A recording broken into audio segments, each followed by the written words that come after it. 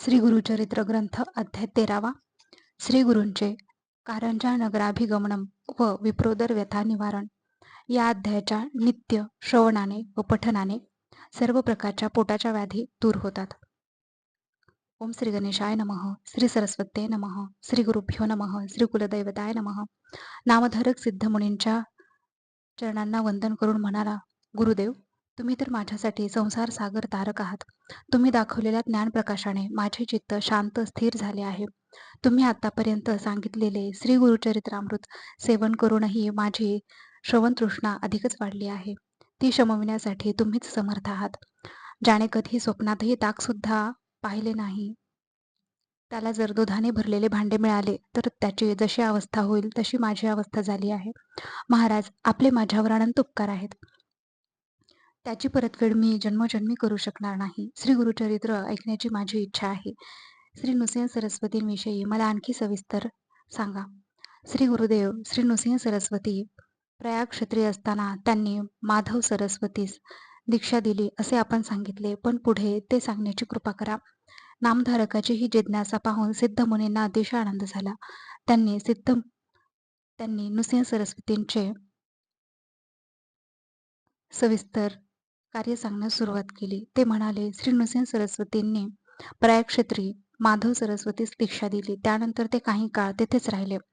त्यांची ख्याती सगळीकडे पसरली. अनेक जण त्यांचे शिष्य झाले. त्यांनी माधव सरस्वतींसह 7 जणांना संन्यास दीक्षा देऊन त्यांच्यावर अनुग्रह केला. हे सर्व शिष्य मोठे प्रज्ञावान व स्वामिनिष्ठ होते. बाळ सरस्वती, कृष्ण सरस्वती, उपेंद्र सरस्वती, सदानंद सरस्वती, ज्ञानज्योती सरस्वती आणि मी सिद्ध असे हे 7 शिष्य होते. त्या शिष्यांना बरोबर घेऊन श्री नृसिंह सरस्वती दक्षिण यात्रेस निघाले. अनेक तीर्थक्षेत्रांचे दर्शन घेत घेत ते आपल्या जन्मगावी म्हणजे कारंजास आले. ते आपल्या आई वडिलांना व भावंडांना भेटले. त्यांच्या आगमनाने सगळ्या गावाला अतिशय आनंद झाला. श्री नृसिंह सरस्वती म्हणजे साक्षात श्री दत्तात्रेयच अशी सर्वांची दृढ श्रद्धा होती. लोकांनी आपापल्या घरी त्यांची मोठ्या भक्तिभावाने पूजा केली. त्यांच्या आई वडिलांनीही मोठ्या भक्तिभावाने पूजा केली. आईला गतजन्माची आठवण झाली. आपण केलेली प्रदोष पूजा फळास आली असे तिला वाटले. ती आपल्या पतीला म्हणाली, मी गतजन्मी परमज्ञानी व विश्ववंद्य असा पुत्र मला व्हावा अशी मी श्रीपाद श्रीवल्लभांना प्रार्थना केली होती. त्यांनी मला भगवान शंकराची आराधना व प्रदोष व्रत करण्यास सांगितले व तुझी इच्छा पूर्ण होईल असा आशीर्वाद दिला होता. तो त्यांचा आशीर्वाद या जन्मी सफल ठरला. श्रीपाद श्रीवल्लभांचा माझ्याच पोटी अवतार झाला आहे. माधव व अंबा यांनी श्री नृसिंह सरस्वतींच्या चरणी मस्तक ठेवून प्रार्थना केली, तू आमचा उद्धार कर. त्यांनी अशी प्रार्थना केली असता श्री नृसिंह सरस्वती म्हणाले, पुत्राने संन्यास घेतला की त्याच्या 42 पिढ्यांचा उद्धार होतो. त्यांना शाश्वत अशा ब्रह्मलोकाची प्राप्ती होते. त्यांच्या कुळात आणखी जे जन्म घेतात त्यांनाही ब्रह्मलोकाची प्राप्ती होते. पूर्वी कोणी नरकात गेले असतील त्यांनाही ब्रह्मलोकाची प्राप्ती होते. मी संन्यास घेतला असल्यामुळे तुम्हाला सुद्धा ब्रह्मपद प्राप्त होईल. तुमचे पुत्र शतायुषी होतील. तुम्हाला पुत्र पौत्र पाहावयास मिळतील. शेवटी तुम्ही काशी क्षेत्री देह ठेवाल. काशी क्षेत्र मुक्तिस्थान आहे. तुम्ही कसलीही चिंता करू नका. माधव आणि अंबा यांना रत्नाई नावाची कन्या होती. ती श्री स्वामी नृसिंह सरस्वतींच्या पाया पडून म्हणाली, स्वामी, माझा उद्धार करा. मी या संसार सागरात बुडाले आहे. संसारातील त्रिविध तापांची मला भीती वाटते. संन्यास घेऊन तपश्चर्या करावी असे मला वाटू लागले आहे. तिने अशी विनंती केली असता श्री नृसिंह सरस्वती म्हणाले, स्त्रियांनी आपल्या पतीला शिवस्वरूप मानून त्याची सेवा करावी. त्यासाठी संसार त्याग करून संन्यास घेण्याची काही गरज नाही. वेदशास्त्र पुराणांनी हेच सांगितले आहे. म्हणून तू संसारच कर. श्री गुरूंनी असे सांगितले असता रत्नाई म्हणाली, गुरुदेव, आपण त्रिकाल ज्ञानी आहात. भविष्यभूत सर्व काही जाणता. म्हणून माझे प्रारब्ध काय आहे ते मला सविस्तर सांगण्याची कृपा करावी. रत्नाईने अशी विनंती केली असता श्री गुरु म्हणाले, तुला तपश्चर्या करायची असली तरी तुझे संचित पाप खूप मोठे आहे व ते तुला भोगावेच लागणार आहे. तू पूर्वजन्मी एका गायीला लाथ मारली होती. तू शेजारच्या पती पत्नींमध्ये भांडण लावून दिलेस. या पापकर्मामुळे तुझ्या सर्वांगाला कुष्ठरोग होईल. भविष्यात तुझा पती त्याग करून तपश्चर्याला जाईल. तुझे सर्वांग कुष्ठरोगाने नासेल. मग तुला माझे दर्शन पुन्हा घडेल. तू दक्षिणेकडे भीमा अमरजा संगमावरील गाणगापूर क्षेत्री जा. त्या संगमाला पापविनाशिनी तीर्थ असे म्हणतात. त्या तीर्थात स्नान केलेस की तुझे सर्व पाप नष्ट होईल. तू पापमुक्त होशील. रत्नाईला असा उपदेश करून श्रीगुरु आपल्या शिष्यांसह दक्षिणेकडील त्र्यंबकेश्वर क्षेत्री गेले. येथेच गोदावरी नदीचा उगम आहे. त्या तीर्थक्षेत्राचे महात्म्य फार मोठे आहे. पुराणात ते विस्ताराने सांगितले आहे. ते मी तुला थोडक्यात सांगतो, ते लक्षपूर्वक ऐक. असे सांगून सिद्धयोगी नामधारकाला गोदा महात्म्य सांगू लागले. भगवान शंकरांनी गंगेला आपल्या जटा मुकुटात धारण केली होती. त्या काळी गौतम ऋषींसह अनेक ऋषीमुनी तपस्वी त्र्यंबकेश्वर क्षेत्रात तपश्चर्या करीत होते. ते सर्वजण उदरनिर्वाहासाठी भातशेती करत असत. एकदा त्या सर्वांनी विचार केला, भगवान शंकराच्या मस्तकावरील गंगा जर क्षेत्री आणली तर शेतीला भरपूर पाणी मिळेल, त्यामुळे सर्व लोकांचे कल्याण होईल. पण ती गंगा कोण आणू शकेल? हे कार्य मोठे कठीण आहे. गौतम ऋषी भगवान शंकराचे परम भक्त आहेत, तपस्वी आहेत. त्यांनाच हे कार्य करणे शक्य आहे. पण त्यांच्यावर काही संकट आल्याशिवाय ते हे काम करणार नाहीत. असा विचार करून त्या ऋषींनी आपल्या योगबळाने दुर्वेपासून एक मायावी संवत्स गाय निर्माण केली व ती गौतम ऋषींच्या भातशेतीत सोडली. तिला घालवून देण्यासाठी गौतमांनी दर्भाची एक काडी तिच्या दिशेने फेकली. अन्य ऋषींच्या योगबलाने त्या काडीचे शस्त्र झाले. त्या शस्त्राच्या आघाताने ती गाय तडफडून मेली. गोहत्या म्हणजे पाप, महापाप ते गौतमांच्या हातून घडले. त्यांनी अन्य ऋषींना त्याविषयी विचारले असता ते म्हणाले, तुम्ही गंगा नदीला पृथ्वीवर आणा. तिच्या पाण्यात स्नान केल्याशिवाय तुम्ही पापमुक्त होणार नाही. गौतम ऋषींनी ते मान्य केले व त्यांनी कठोर तपश्चर्या करून शंकरांना प्रसन्न केले.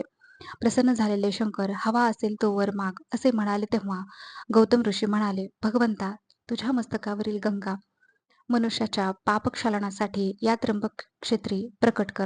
शंकराने तथास्तु असे म्हणून आपल्या मस्तकावरील गंगा अंशरूपाने त्र्यंबक क्षेत्री अवतीर्ण केली. गौतमांच्या तपश्चर्याने ती अवतीर्ण झाली म्हणून तिला गौतमी असे म्हणतात. गौतमी म्हणजेच गोदा. तिला दक्षिण गंगा असेही म्हणतात. या नदीत स्नान केले असता मनुष्य पापमुक्त होतो असे या नदीचे महात्म्य आहे. माधवारण्य स्तवन करीत म्हणाले, अहो जगद्गुरु, आपण साक्षात त्रयमूर्तींचा अवतार आहात. आपण लोकांना सामान्य मनुष्य वाटता, पण आपण खरोखरच परमपुरुष जगज्योती आहात. आपण लोकोद्धारासाठी या भूमीवर अवतरला आहात. आज मला आपले चरण दर्शन झाले. मी खरोखरच कृतार्थ धन्य झालो. माधवारण्यांनी केलेल्या स्तवनाने श्री गुरु प्रसन्न झाले आहेत. ते म्हणाले, तुझी तपश्चर्या सफल झाली आहे. तुला ब्रह्मलोक प्राप्त होईल. तू जी मानसपूजा सेवा करीत आहेस तशीच करीत राहा. तुला प्रत्यक्ष श्री दत्तात्रयांचे दर्शन घडेल. याबद्दल जराही शंका धरू नकोस. माधवारण्यांना असे आश्वासन देऊन श्री गुरु गंगा तीरावरील वासर ब्रह्मेश्वर क्षेत्री आले. त्यांनी सर्व शिष्यांसह गंगा स्नान केले. त्यावेळी पोटदुखीने अगदी त्रस्त झालेला एक ब्राह्मण नदीवर येऊन गडबडा लोळू लागला. पोटदुखीने तो अगदी कासावीस झाला होता. त्याला अन्न पचत नसे. अन्न त्याचा शत्रू झाला होता. त्यामुळे तो नेहमीच उपाशी असे. भोजन केले की त्याच्या पोटात प्राणांतिक वेदना होत असत. आत्महत्या करावी असे त्याला वाटत असे. तो कधीतरी महिना 15 दिवसांनी भोजन करीत असे. आदल्या दिवशी महानवमीला त्याने मिष्ठान्न भोजन केले होते. वेदना असह्य होत होत्या. त्यावेळी तो स्वतःशीच म्हणाला, आता जगण्यात काही अर्थ नाही. या वेदना सोसण्यापेक्षा गंगेत जीव द्यावा. अन्न हा प्राण, अन्न हेच जीवन असे म्हणतात, पण अन्नच माझा वैरी झाले आहे. आता जगणे नकोच, आता मेलेले बरे. असा विचार करून त्याने पोटाशी दगड बांधून जीव देण्यासाठी गंगेत प्रवेश केला. भगवान शंकराचे स्मरण करून तो म्हणाला, मी भूमीला भार झालो आहे. मी आयुष्यात कसलाही परोपकार केला नाही, कोणालाही अन्नदान केले नाही. या पूर्वीच्या जन्मात मी जे कर्म केले त्याचेच हे फळ भोगतो आहे. मी ब्राह्मणांच्या तोंडचा घास हिरावून घेतला, गोहत्या केली, कुणाचा तरी विश्वासघात केला, गुरूंची निंदा केली, आईवडिलांची अवज्ञा केली, म्हणून मला हे दुःख भोगावे लागत आहे. किंवा मी ब्राह्मणांचा अपमान केला असेल, दारी आलेल्या अतिथीला अन्न दिले नसेल, कुणाच्या तरी शेताला आग लावली असेल, आईवडिलांचा त्याग केला असेल. या पापांमुळेच मला या जन्मी हे दुःख भोगावे लागत आहे. अशी त्याने खूप आत्मनिंदा केली. आता आत्महत्येशिवाय तरुणोपाय नाही असा विचार करून तो नदीच्या पाण्यात शिरला. श्री गुरूंनी त्या ब्राह्मणाला पाहिले. त्यांनी आपल्या शिष्यांना पाठवून त्या ब्राह्मणास बोलावून घेतले. मग श्री गुरु त्याला म्हणाले, अरे, आत्महत्या हे महापाप आहे. तू कशासाठी आत्महत्या करीत आहेस? मला सगळे काही सांग. त्या ब्राह्मणाने आपल्या पोटदुखीबद्दल सर्व काही सांगितले. ते ऐकताच श्री गुरु म्हणाले, "तू कसलीही चिंता करू नकोस. तुझे दुखणे गेलेच समज. माझ्याजवळ या व्याधीवर औषध आहे. आता तू पोटभर जेवू शकशील. तुझे पोट दुखणार नाही. कसलीही शंका धरू नकोस, घाबरू नकोस." हे ऐकताच त्या ब्राह्मणाला अगदी हायसे वाटले. त्याच वेळी तेथे अजून एक ब्राह्मण आला. तो ग्रामाधिकारी होता. तो श्री गुरूंना वंदन करून म्हणाला, "आज आपले दर्शन झाल्याने मी पावन झालो." श्री गुरूंनी त्याची विचारपूस केली. तेव्हा तो म्हणाला, "मी कौंडिण्य गोत्री आपस्तंभ शाखेचा ब्राह्मण असून माझे नाव सायंतेव आहे. मी कडगंजी गावाचा रहिवासी असून पोटासाठी सेवा चाकरी करतो. मी एका यवनाकडे चाकरी करीत असून 1 वर्षापासून गावाचा अधिकारी म्हणून काम करतो. आज आपले दर्शन झाले. मी धन्य झालो. आपणच या विश्वाचे तारक आहात. आज आपल्या दर्शनाने माझे जन्मोजन्मीचे पाप नाहीसे झाले. ज्याच्यावर आपला अनुग्रह होतो तो हा संसार सागर तरून जातो. गंगा मनुष्याचे पाप नाहीसे करते. चंद्र ताप नाहीसे करतो व कल्पवृक्ष दारिद्र्य नाहीसे करतो. परंतु एका सद्गुरूंच्या दर्शनाने या तिन्ही गोष्टी नाहीशा होतात." सायनदेवाचे असे स्तवन केले असता श्री गुरु प्रसन्न झाले. ते म्हणाले, "सायनदेवा, हा ब्राह्मण पोटदुखीने अगदी बेजार झाला आहे. तो आत्महत्या करण्यास निघाला होता, पण मी त्याला थांबवले आहे. त्याला खूप भूक लागली आहे. त्याला तुझ्या घरी ने व त्याला उत्तम भोजन दे." त्यावर सायनदेव म्हणाला, "महाराज, मी याला भोजन दिले आणि त्याचे प्राण गेले तर ब्रह्महत्येचे पाप मला लागेल." श्री गुरु म्हणाले, "तसे काही होणार नाही. तू चिंता करू नकोस. मी सांगितले तसे कर. ते अन्न खाल्ल्यानेच हा व्याधीमुक्त होईल." सायनदेव म्हणाले, "स्वामी महाराज, आज तुम्ही माझ्या घरी भोजन करावे अशी माझी फार इच्छा आहे." श्री गुरूंनी ते आनंदाने मान्य केले. मग सायनदेव आपल्या घरी गेला. पोटदुःखी असलेला तो ब्राह्मणही त्याच्याबरोबर गेला. सिद्धयोगी नामधारकाला म्हणाले, "नामधारका, त्याच वेळी आम्हीही तेथेच होतो. श्री गुरु भिक्षेसाठी म्हणून निघाले. ते कबूल केल्याप्रमाणे आपल्या शिष्यांसह सायनदेवाच्या घरी गेले. सायनदेवाला व त्याच्या पत्नीला अतिशय आनंद झाला. त्यांनी श्री गुरूंचे स्वागत करून त्यांची यथासांग षोडोपचार पूजा केली. त्याचबरोबर आपल्या सर्व शिष्यांनाही वंदन केले. आलेल्या सर्व शिष्यांनाही वंदन केले. त्यांच्या भक्तिभावाने प्रसन्न झालेल्या श्री गुरुने सायनदेवांना आशीर्वाद दिला. "तुम्हाला उत्तम दीर्घायुष्य, संतती प्राप्त होईल. तुमच्या वंशाची वृद्धी होईल. तुमच्या वंशात गुरुभक्तीची परंपरा कायम राहील." या वरदानाने सायनदेवास व त्याची पत्नी जाखाई यांना अतिशय आनंद झाला. त्यांनी श्री गुरुस, त्यांच्या सर्व शिष्यास व त्या पोटदुखी असलेल्या ब्राह्मणासही सुग्रास भोजन दिले. श्री गुरूंच्या आज्ञेने तो व्याधिग्रस्त ब्राह्मणही पोटभर जेवला आणि श्री गुरूंच्या कृपाशीर्वादाने त्याच क्षणी व्याधीमुक्त झाला. ते पाहून सर्वांना मोठे आश्चर्य वाटले. सिद्धयोगी नामधारकाला म्हणाले, "नामधारका, सूर्योदय झाला असता अंधार शिल्लक राहील का? श्री गुरु दत्तात्रेयांची कृपा झाली असता मनुष्याचे पाप, ताप, दैन्य, दुःख राहणारच कसे? श्री गुरु कृपा झाली असता मनुष्याचे जन्मजन्मांतरीचे सर्व दोष नाहीसे होतात." ग्रंथकार सरस्वती गंगाधर श्री गुरुचरित्र विस्ताराने सांगत आहेत. ज्याला आपले कल्याण असे वाटते त्याने ते श्रद्धापूर्वक एकाग्र चित्ताने श्रवण करावे. जे कोणी हे श्री गुरुचरित्र भक्तिभावाने श्रवण करतील त्यांना कोणतेही दुःख भोगावे लागणार नाही. त्यांना सर्व सुखांची प्राप्ती होईल. हे त्रिवार सत्य आहे.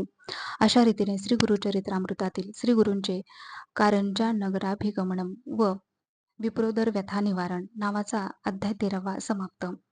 श्री गुरुदेव दत्तात्रयार्पणमस्तु. अवधूत चिंतन श्री गुरुदेव दत्त.